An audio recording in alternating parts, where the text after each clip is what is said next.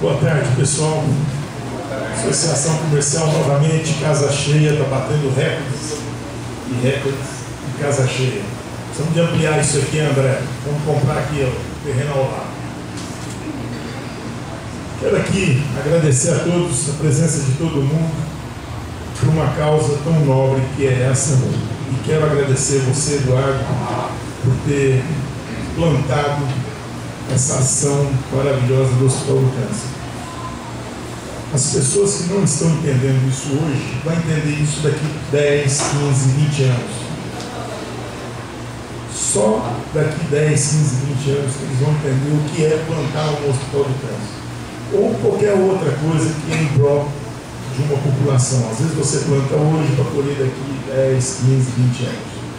Quero agradecer também a equipe dos nossos diretores, que é o César, o Zinho e o Guilherme, por ter assumido a frente do movimento e ter feito uma coisa tão nobre, tão bacana, onde que movimenta a cidade inteira e com certeza a região, porque vai começar a trazer gente de fora.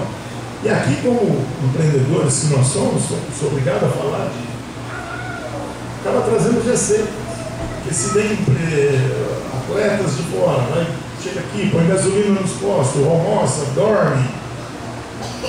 E assim é o movimento que nós queremos ter aqui em Batatais.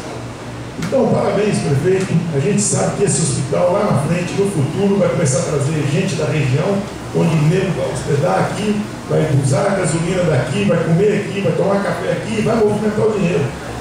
Então, tem um lado bom, social, que você está fazendo, que é a sua intenção, e a associação comercial apoia, porque nós sabemos que também gira a cadeia da economia do nosso município. Que é o que nós precisamos. A associação comercial ela tem como objetivo ajudar a cidade a ir à frente, para que indiretamente os nossos negócios particulares tenham sucesso. Muito obrigado a todos.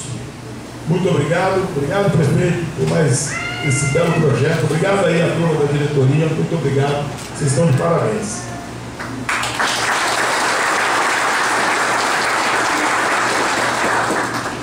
Nós vamos passar a palavra agora ao César Henrique de Souza, um dos idealizadores do projeto, mas eu gostaria